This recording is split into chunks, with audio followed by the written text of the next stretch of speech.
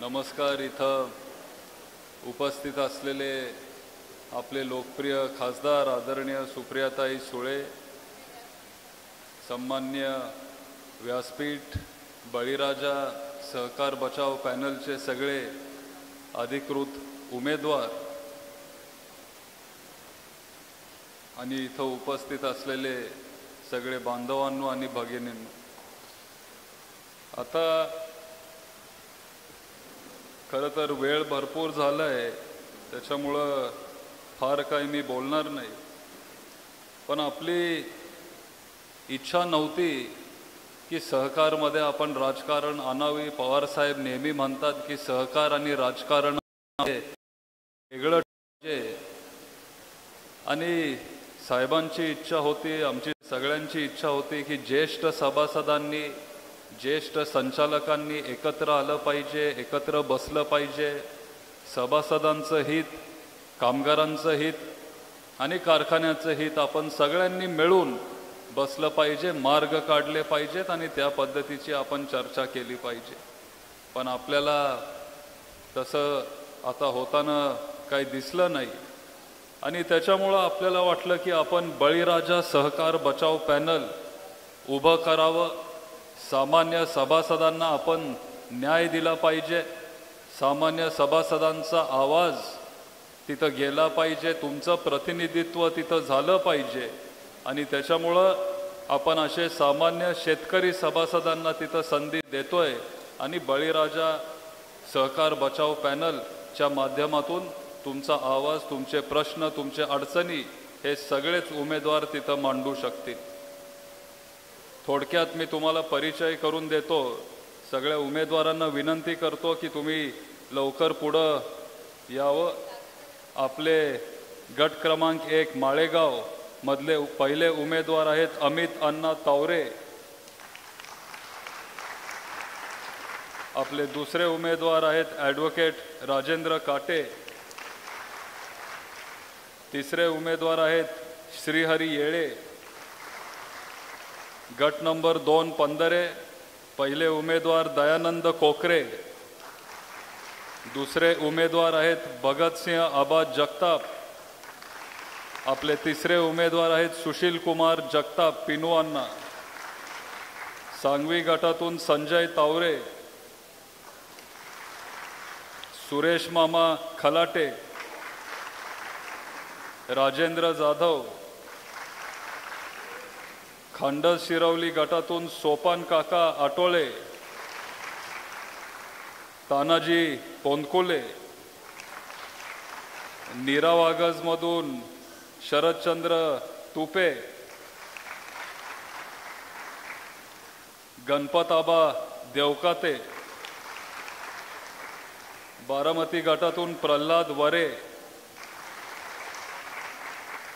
अमोल गवळी. आपले महिला प्रतिनिधी आहेत शकुंतला कोकरे आणि पुष्पा मोहन गावडे. आपले अजून उमेदवार आहेत राजू भोसले, ज्ञानदेव बुरुंगले आणि भरत बनकर. एक मला गोष्ट इथं तुम्हाला सगळ्यांना सांगायची आहे. अमोलने आता त्याचा उल्लेख केला, पण जे आता नवीन सभासद झालेत, हे जी 5 गावं असतील, आपलं उंडवडी, कप, सुप, जराडवाडी, ही जी सगळी आता नवीन गावं झाली, तिथं पहिल्यांदा ही सगळी गावं तिथं मतदान करायला जाणार आहेत. दुसऱ्या दोन्ही पॅनलनी तिथं उमेदवार दिलेले नाहीत, पण आपण पवारसाहेबांच्या मार्गदर्शनाखाली तिथं आपण 2 उमेदवार दिलेत. पवारसाहेबांनी जानाई शिरसाई योजना आणली तेव्हा अख्ख्या मंत्रिमंडळाचा विरोध होता. पवारसाहेब तिथं जानाई शिरसाई योजना आणू शकले, आणि त्याच्यामुळं त्या सगळ्या जिरायत भागात हे सगळे शेतकरी ऊस लावू शकले. त्याच्यामुळं ते खरं तर सभासद तिथं झालेत. आणि ज्या वेळेला पवारसाहेबांनी तेव्हा तिथं सांगितलेलं की ह्या सगळ्या गावांना तुम्ही सभासद करून घ्या, तेव्हा आपले तालुका अध्यक्ष एस एन बापू त्या संचालक मंडळाच्या मीटिंगमध्ये होते, आणि त्यांच्याकडे मीटिंगची प्रोसिडिंग पण आहे जिथं लिहिलंय की पवार साहेबांच्या सूचनेवरून हे सगळे तिथं सभासद झाले। त्याच्यामुळं बाकीचे पॅनल काहीही बोलतील, पण आज हे जे नवीन सभासद झालेत हे पवार साहेबांच्याच सांगण्यावरून झालेत, हे तेवढंच खरं आहे। आता सहकार चळवळीत यशवंतराव चव्हाण साहेबांचं मोठं योगदान आहे। त्यांच्यासोबत आज महाराष्ट्रामध्ये सगळ्यात जास्त योगदान जर कुणाचं असेल तर ते आदरणीय पवार साहेबांचंच योगदान आहे। त्यांनी आयुष्यभर या सहकारी साखर कारखान्यांसाठी ते काम करत आलेत। मग VSI ही एक संस्था आहे, वसंतदादा शुगर इन्स्टिट्यूट त्या संस्थेचं नाव आहे, पवार साहेब त्या संस्थेचे अध्यक्ष आहेत आणि त्या संस्थेच्या माध्यमातून ते सोमेश्वर असेल, छत्रपती असेल, माळेगाव असेल, महाराष्ट्रातले सगळे जे सहकारी साखर कारखाने आहेत, पवार साहेब फक्त ह्या सहकारी साखर कारखान्यांसाठी काम करत आलेत। स्वतःचा एकही कारखाना त्यांनी कधी काढलेला नाही। सुप्रियाताईंनी एकही स्वतःचा खाजगी कारखाना काढला नाही, फक्त सामान्य शेतकऱ्यांसाठी ते काम करत राहिलेत आणि आज सुद्धा त्यांची तीच भूमिका आहे। ते आपल्याला वेळोवेळी ते सांगत असतात। आता आपल्या सभासदांना काय पाहिजे, फार काय आपली अपेक्षा नाहीये, पण आपला ऊस वेळेवर गेला पाहिजे, आपली तोड वेळेवर झाली पाहिजे। दुसरं म्हणजे कामगार भरती होत असताना आपली 2 मुलं तिथं लागली पाहिजे, सामान्य घरातली सामान्य सभासदांची तिथं 2-3 मुलं लागली पाहिजेत। अलीकडं काय मी ऐकतो की तोंड बघून ते तिथं मुलांना कामाला घेतात, हे चुकीचं आहे। जर कोणतरी गरीब घरातला असेल, जर सामान्य शेतकरीचा मुलगा असेल, जर त्याच्यामध्ये टॅलेंट असेल, कष्ट करायची तयारी असेल तर त्याला घ्या ना।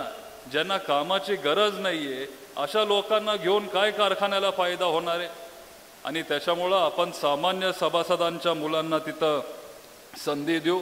दुसरं म्हणजे मला पाणी दे रे थोडं। दुसरं म्हणजे जे आपलं नीरा नदीचं पाणी एवढं दूषित झालंय, आज जे आपले नदीकाठी सगळे गावं आहेत तिथं आपलं उत्पादन कमी होत चाललंय, कारण ते पाणी एवढं घाण झालंय। आपल्याला तातडीने ते पाणी साफ करावं लागेल। पवार साहेबांनी पण तुम्हाला सगळ्यांना सांगितलंय की लगेच ते तिथं मुंबईला जाऊन पोल्युशन कंट्रोल बोर्डाची लोक तिथं पाठवतील, त्यांची चर्चा झाली आहे आणि इथं सगळे ते नमुने घेऊन परत मुंबईला जातील आणि ते पाणी आपण लवकरात लवकर स्वच्छ करून आपण तिथं सगळ्या नदीकाठी गावांना देऊ।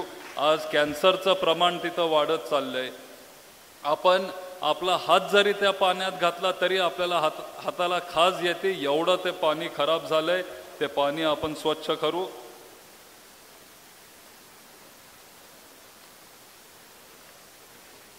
आणि सगळ्यात महत्त्वाचा मुद्दा म्हणजे आपल्याला शेतकऱ्यांना काय पाहिजे, सलग 5 वर्ष आपल्याला चांगला भाव पाहिजे। फक्त आता इलेक्शन आलंय त्याच्यामुळे 3600 रुपये भाव डिक्लेअर करू असं न करता आपल्याला सलग 5 वर्ष चांगला भाव कसा देता येईल ह्याच्यासाठी आपण काम करत राहू। हा सहकारी साखर कारखाना आहे। सहकारी साखर कारखान्यामध्ये सगळे प्रॉफिट परत शेतकऱ्यांना गेले पाहिजे, ते आपल्याला होताना दिसत नाही आणि त्याच्यामुळे सलग 5 वर्ष आपण सभासदांना उत्तम भाव, तुमच्या जे कष्टाला आपण चांगला भाव देऊ, हे आज मी तुम्हाला सगळ्यांना सांगतो। आपल्याला नवीन प्रकल्प आपल्या कारखान्यामध्ये आणावे लागतील। पवार साहेबांनी आपल्या माळेगाव सहकारी साखर कारखान्यासाठी खूप केलंय। मग आपलं इंजिनिअरिंग कॉलेज असेल, पूर्वी आपल्या पंधरेमध्ये 1 इंजिनियर होते, आज 3000 पेक्षा जास्त इंजिनियर आपले इथं आहेत। हे का शक्य झालं? कारण पवार साहेबांनी तिथं माळेगाव इंजिनिअरिंग कॉलेज तिथं सुरू केलं। वेळोवेळी त्या कॉलेजसाठी आर्थिक मदत पण आदरणीय पवार साहेबांनी, आदरणीय ताईंनी तिथं आर्थिक मदत पण त्यांना करून दिली, कुठली अट न ठेवता। कोजन प्रकल्प पवार माळेगाव कारखान्यामध्ये आणलं। माळेगाव कारखान्याची डिस्टिलरी ही पवार साहेबांमुळे तिथं उभी झाली। नाहीतर पूर्वी आपण मळी फेकून देत होतो, कारखान्याच्या आजूबाजूला सगळ्या मळीचा वास येत होता, ते मळी आपल्या सगळ्या विहिरीच्या पाण्यात पण जात होतं। हे पवार साहेबांनी ओळखलं आणि त्यापासून आपण अल्कोहोल बनवायला लागलो, आपण स्पिरिट बनवायला लागलो। आज आपण एथेनॉल बनवतो आणि त्याच्यामुळं आपल्या सभासदांना 4 पैसे जास्त तिथं मिळत गेले. तसंच येणारा काळ हा AI-चा आहे. AI म्हणजे आर्टिफिशियल इंटेलिजन्स, कृत्रिम बुद्धिमत्ता. आज सकाळीच विद्याप्रतिष्ठानमध्ये अमेरिकेवरून सगळे AI-चे तज्ज्ञ आलेले. अमेरिकेवरून इथं विद्याप्रतिष्ठान आणि जे आपलं KVK आहेत तिथं हे सगळे AI-चे तज्ज्ञ आलेले आणि AI-च्या माध्यमातून 40% तुमचं उत्पादन वाढेल, 40% तुमचं खर्च कमी होईल, 40% आपल्याला खत आणि पाणी कमी वापरावं लागेल. हे सगळं आपण आपल्या सभासदांना उपलब्ध करून देणार आहे. इथून पुढं आम्हाला तुम्ही संधी द्या. जास्तीत जास्त क्रशिंग आम्ही करून दाखवू. उत्तम दर सलग 5 वर्षासाठी आम्ही देत राहू. पारदर्शकपणे हा कारखाना आम्ही चालवत राहू आणि कामगारांना न्याय देण्याचं काम आम्ही तिथं करू. काय की सत्ता जर सगळी सत्ता एका हातात जर गेली तर मग ती सत्ता भ्रष्ट होती. सत्ता अधिक लोकांच्या हातात असली पाहिजे, मग ते लोकशाहीसाठी चांगलं असतं. जर सगळी सत्ता एकाच हातात गेली तर मग ते लोकशाहीसाठी घातक असतं. त्याच्यामुळं नवीन पिढीला संधी द्या, नवीन चेहऱ्यांना संधी द्या, नवीन उमेदवारांना संधी द्या. आम्ही असे उमेदवार निवडलेत, काही तरुण आहेत, काही नवीन आहेत, काही उत्साही आहेत आणि त्यांच्यासोबत काही ज्येष्ठ पण आहेत, काही अनुभवी पण आहेत आणि हे दोघं एकत्र येऊन आपला कारखाना उत्तम चालवू शकतील हा विश्वास आज मला वाटतो. आता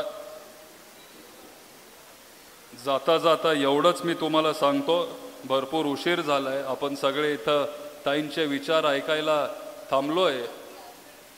एकच तुम्हाला सगळ्यांना विनंती करतो की पॅनल टू पॅनल तुम्ही तिथं मतदान करा. आपलं चिन्ह आहे तुतारी, हे आपलं चिन्ह आहे. आपलं चिन्ह आहे तुतारी.